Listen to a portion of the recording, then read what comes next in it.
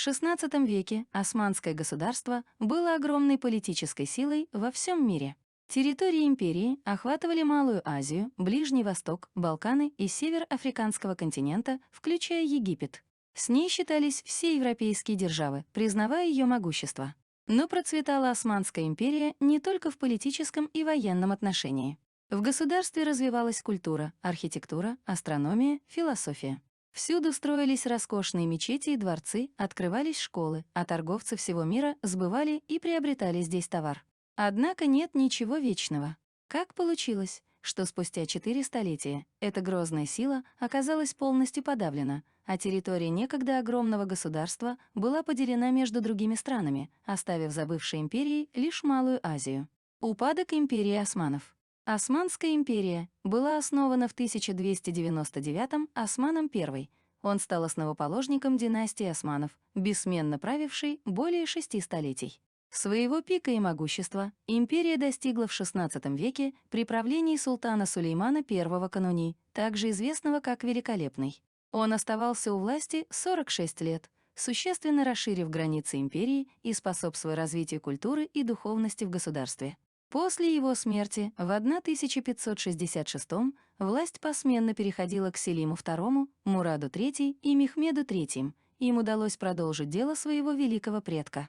Но в 1617-м начался период медленного, но неизбежного упадка империи, и ей уже не суждено было вернуть прежнее величие.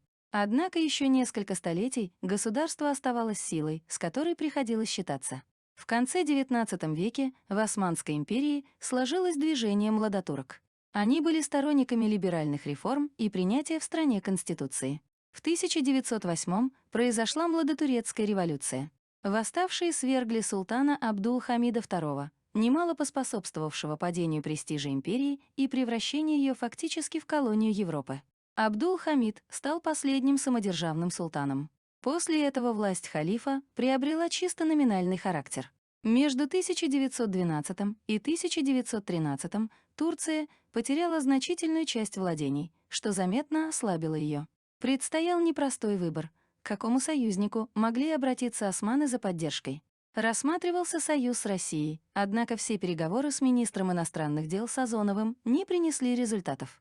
В результате Турция решилась на альянс с Германией. Первая мировая война и крах империи. Был сформирован так называемый Четверной союз — центральные державы. В него вошла Германия, Австро-Венгрия, Италия и Османская империя. Противостоял Четверной союз блоку Антанта, в который входили Россия, Франция и Великобритания. В конце октября 1914 года Османская империя обстреляла русские черноморские порты, а на следующий день объявила о вступлении в войну. Сделав это в надежде на помощь Германии и ее военную протекцию, османы совершили большую ошибку. В ходе войны многие их территории отошли Великобритании, Франции и России. К концу Первой мировой войны на сцену вступил Паша Мустафа Кемаль, успешно командовавший турецкими войсками. Он возглавил революционное движение и войну за независимость в Анатолии. Кемалю к 1922 удалось изгнать из Турции все иностранные войска. В том же году был упразднен султанат. Мехмед VI, последний султан Османской империи, точнее того, что от нее осталось, был вынужден покинуть страну и уехать на Мальту. В 1923 была провозглашена Турецкая республика. Мустафа Кемаль, взявший имя Ататюрк, отец турок, стал первым ее президентом. Империя османов прекратила существование. Причины падения Османской империи. Есть несколько причин, по которым Великая империя не могла существовать в новом мире. Преобладание сельского хозяйства. В XVII-XVIII веках в большинстве европейских стран прошла промышленная революция. В Турции, однако, экономика по-прежнему опиралась преимущественно на сельское хозяйство. В стране не хватало фабрик и заводов, чтобы тягаться с Великобританией, Францией и даже Российской империей, в которой промышленный переворот тоже запоздал. Разобщенность земель. Огромные территории требуют повышенного контроля и внимания. Но уследить за всеми частями огромной империи непросто. Кроме того, было значительное разнообразие в плане этносов, языков, культур, что способствовало разобщению. Неграмотность населения. На начало XX века лишь 5–10% населения империи имели образование. В результате в военное время обнаружилась нехватка опытных офицеров, врачей, инженеров и других специалистов, которые могли бы укрепить мощь империи. Неудачная внешняя политика. Во внешнеполитическом отношении первой ошибкой османов было отказаться от поддержки России. Когда две державы оказались по разные стороны баррикад в Первой мировой войне, это привело к падению обеих. Кроме того, Турция совершила вторую ошибку, решив опереться на Германию. Это привело к сокрушительному поражению, гибели множества людей и разделу территорий. Османская империя была одним из самых крупных военных и экономических государств в мире. На пике своего развития в XVI веке она контролировала огромные территории, включающие не только Малую Азию, но и большую часть Юго-Восточной Европы, Ближнего Востока и Северной Африки. Границы этого могущественного государства простирались от Дуная до Нила. С военной мощью османов никто не мог сравниться, торговля была сверхприбыльной, а достижения в самых разных областях науки, от архитектуры до астрономии, были невероятно впечатляющими. Так почему же столь великая держава распалась? Сверхдержава своего времени, могущественная Османская империя, просуществовала 600 лет. Период ее величайшего расцвета пришелся на конец XV века и конец века XVI. Достаточно недолго в свете такой науки, как история. Империя постепенно пришла в упадок, несмотря на все усилия, которые предпринимали ее правители. Окончательно она распалась после сражений на стороне Германии в Первой мировой войне и поражения. После этого империя была распущена по соглашению и полностью прекратила свое существование в 1922 году. Последний османский султан Мехмед VI был свергнут и покинул столицу Константинополь, ныне Стамбул, на британском военном корабле. Из осколков Османской империи возникла современная Турция, что вызвало столь оглушительный крах когда-то впечатляющей Османской империи. Историки не полностью пришли к согласию в этом вопросе, но они выделяют в этом процессе 6 основных фактов. Османская империя была преимущественно аграрным государством. В то время как Европу в 1700-1918 годах охватила промышленная революция, османская экономика по-прежнему была слишком зависима от сельского хозяйства. По словам Майкла Рейнольдса, доцента ближневосточных исследований в Принстонском университете, империи не хватало заводов и фабрик, чтобы не отставать от Великобритании, Франции и России. В результате экономический рост империи был очень слабым. Вся прибыль от сельского хозяйства шла на погашение долгов европейским кредиторам.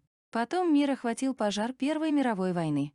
Османская империя же просто не располагала необходимыми производственными мощностями для того, чтобы производить тяжелое вооружение, выпускать боеприпасы. В стране не было промышленных предприятий, производивших сталь и железо. Эти материалы обладают невероятной важностью для строительства железных дорог и для производства всех видов вооружения. Слишком уж разразненными были территории Османского государства. На пике своего развития в состав Османской империи входили Болгария, Египет, Греция, Венгрия, Иордания, Ливан, Израиль, Палестина, Македония, Румыния, Сирия, часть Аравии и Африканское северное побережье. Даже если бы враждебные внешние силы в конечном итоге не подорвали целостность империи, профессор Рейнольдс не думает, что у нее было много шансов остаться в изначальном виде и развиться в современное демократическое многонациональное общество. С точки зрения огромного разнообразия империи в плане этнической принадлежности, языка, экономики и географии, у государства просто не было шансов остаться единым.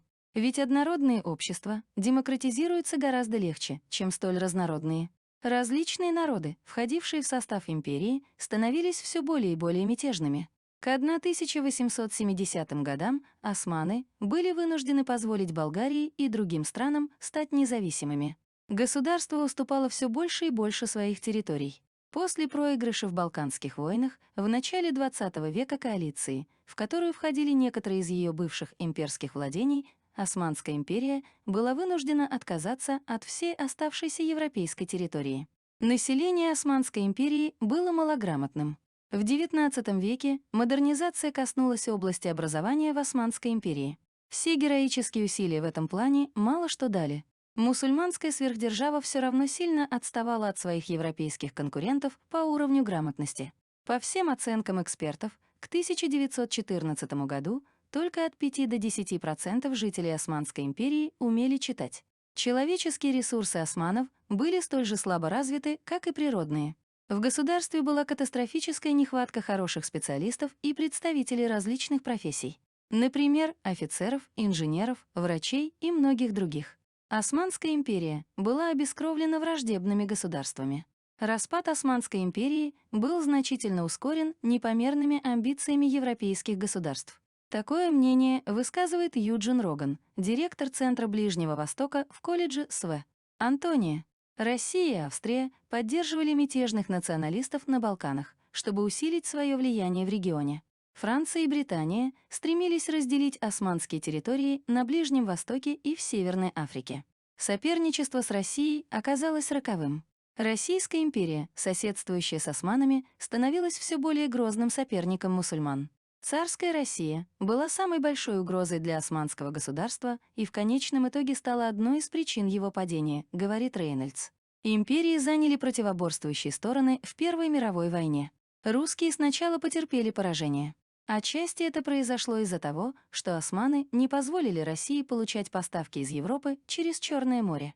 Царь Николай II и его министр иностранных дел Сергей Сазанов сильно сопротивлялись идее заключения сепаратного мира с Османской империей, который мог бы спасти Россию. В Первой мировой войне османы выбрали не ту сторону, приверженность Германии в Первой мировой войне, возможно, стала самой важной причиной распада Османской империи. Перед войной они подписали секретный договор с немцами, что оказалось очень неудачной идеей. В ходе последовавшего конфликта армия османов провела жестокую кровавую кампанию на полуострове Галиполи, чтобы защитить Константинополь от вторжения союзных войск в 1915 и 1916 годах. В конечном итоге империя потеряла почти 500 000 солдат. В октябре 1918 года империя подписала перемирие с Великобританией и прекратила войну. Если бы не роковое решение принять сторону Германии в Первой мировой войне, то, как утверждают многие ученые, империя могла бы сохранить единство. Мустафа Минави, историк из Корнельского университета, считает, что османское государство имело огромный потенциал для превращения в современную многоэтническую и многоязычную федеральную державу. Вместо этого Первая мировая война спровоцировала распад Великой империи. Османы присоединились к проигравшей стороне. В результате, когда война закончилась, раздел территории Османской империи был решен победителями. Множество великих империй прошлого исчезли в песках времени вместе с могущественными цивилизациями.